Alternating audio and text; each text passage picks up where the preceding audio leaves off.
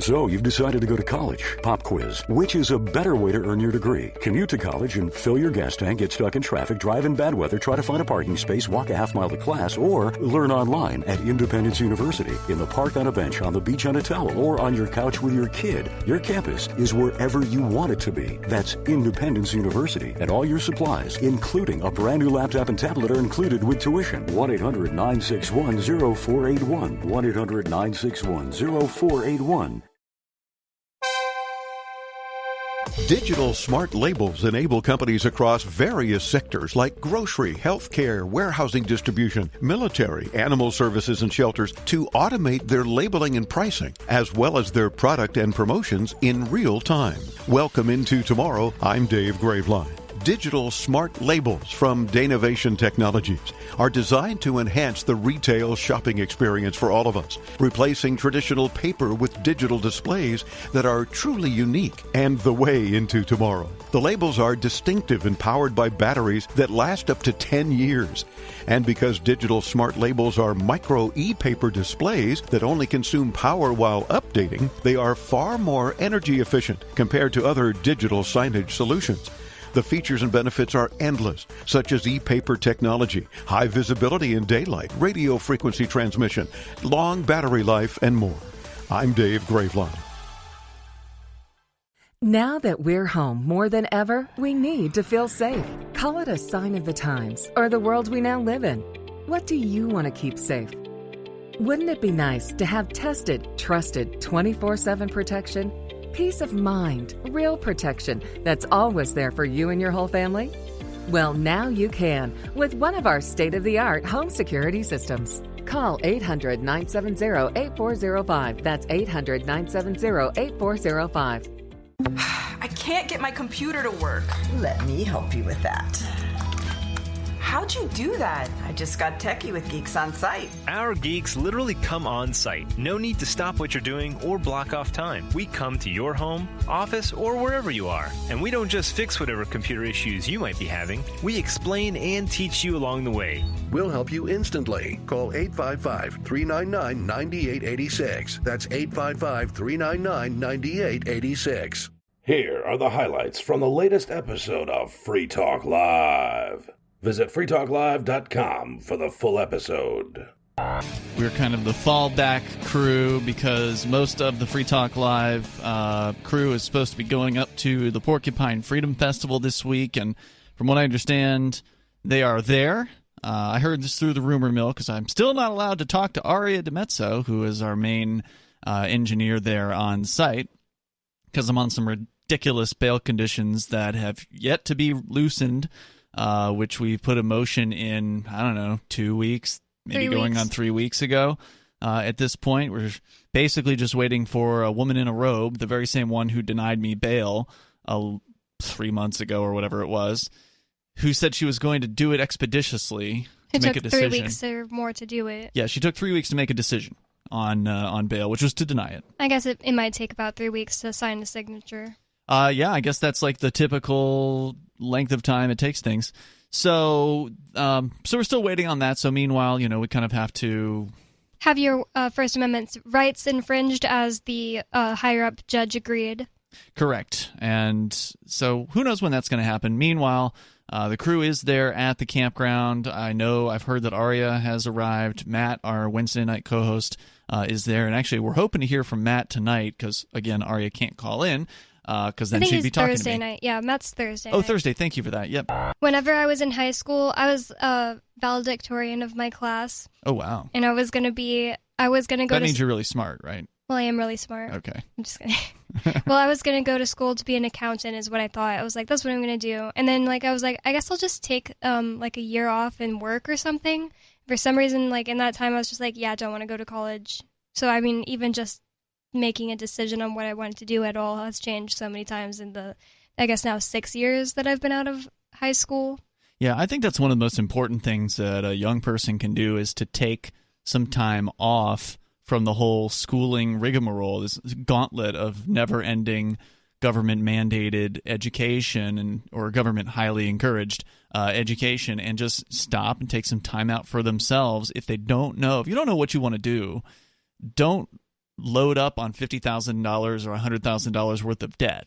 Like that's some of the worst financial decisions you'll ever make in your entire life, and you'll literally be paying for it for your entire life. And maybe that's a reason why, according to Chron.com, the Houston Chronicle, maybe that's a reason why college students, according to the story, actually this is Washington Post they're citing, are feeling more anxious and depressed as they sleep less and spend more time on their phones, as though young people couldn't spend more time. I mean, you see them constantly on phones, and even older people as well. He's making fun of me. They saw students' stress levels rise and fall, usually in tandem with midterm and final exams. But since the onset of the pandemic, quote unquote, rates of depression and anxiety have soared and show no signs of coming down, said Andrew Campbell, researcher and computer science professor.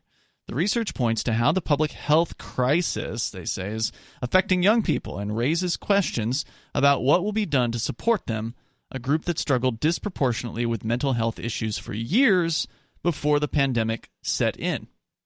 The question is, how long will they stay like this, said the researcher. The findings also added to a growing body of research that indicate the effects of the coronavirus have extended beyond physical health and safety, particularly as people deal with social isolation, grief, unemployment, and uncertainty about the future.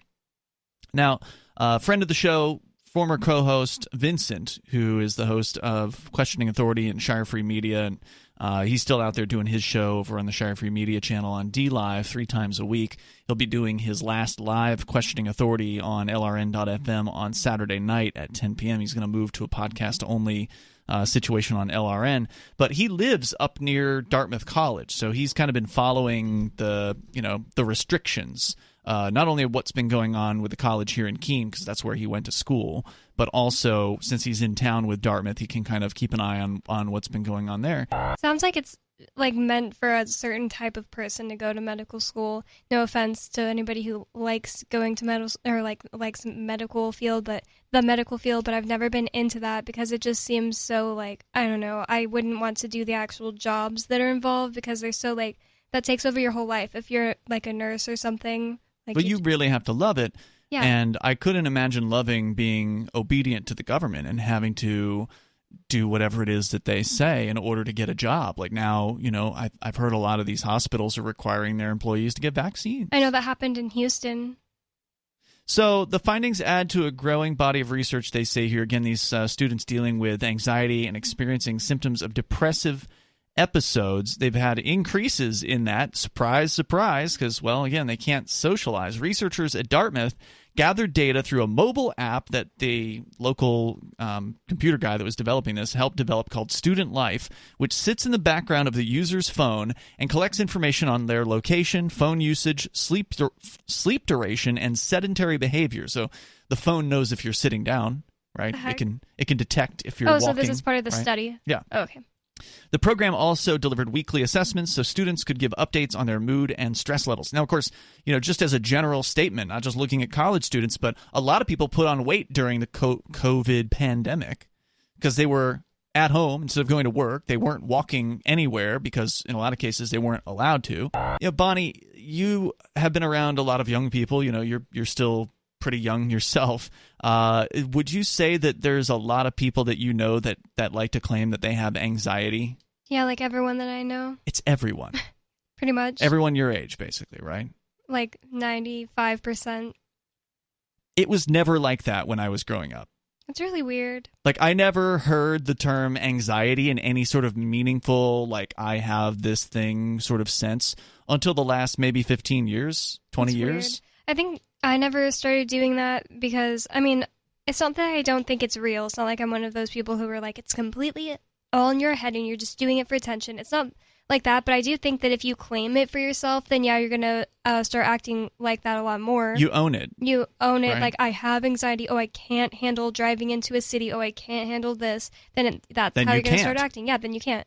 That's what you call a self-fulfilling prophecy. Yeah, I think that I never really did that because, like, in high school, my sister started, like, acting really anxious and saying she had anxiety, and I've just always kind of done the opposite of everything my sister does. I don't know, I just really didn't want to have, like, I really didn't want to be like that for some reason. She wasn't a role model. She was like a counter role model, Yeah. basically. She was everything you didn't want to be. It's not like it's impossible that you could have a chemical imbalance, but you could probably change it with your own mind. Well, that's where I wanted to go with this, and we can get back to the story about the college students here in a moment, but the interesting thing about depression, at least, and I suspect you could do a similar study about anxiety, and it wouldn't surprise me if it had already been done, but I've seen that they did a placebo study on depression. And lo and behold, the little red sugar pill that, for listeners that don't know, placebo is just a sugar pill. It's just there's nothing there that could act. There's no chemical that could act on a person's alleged problem. But you tell the person, hey, this little red pill is going to cure your depression. And you know what? In a lot of cases, it does. It does cure their depression. So that is, to me, clear evidence that what we're dealing with here is a mind over matter kind of problem. And you can still show that information to a depressed person, and they'll reject it. And I don't care if there's somebody listening, like, getting all triggered because they're like, I have depression. No, I have depression. I have to take Zoloft or else I will literally not be able to survive. Like, my boyfriend was literally kidnapped from my house, and I had just, like, no will to live for, like, weeks. Mm-hmm. And I, for some reason, thought of the words of Hannah Montana saying, don't stay down. And I was just like, you know what, Hannah Montana, I'm just going to do it. I'm just going to not stay down. Look, depression, as you pointed out, Bonnie, is a thing that I think all humans go through at some point in their lives. We've all had, if you've been around for long enough, you've had some sort of bad thing happen to you or a loved one that can throw you for a loop and put you into a real negative place mentally. If you live in America, you probably suffer from depression from just the fact that you're literally a slave and you don't make as much money as you should be making. Maybe they don't realize that's the reason why their depression exists. But yeah, if you're barely making ends meet, I could see that as being a pretty frustrating situation. And 90% of your money is going into taxes, whether you realize it or not.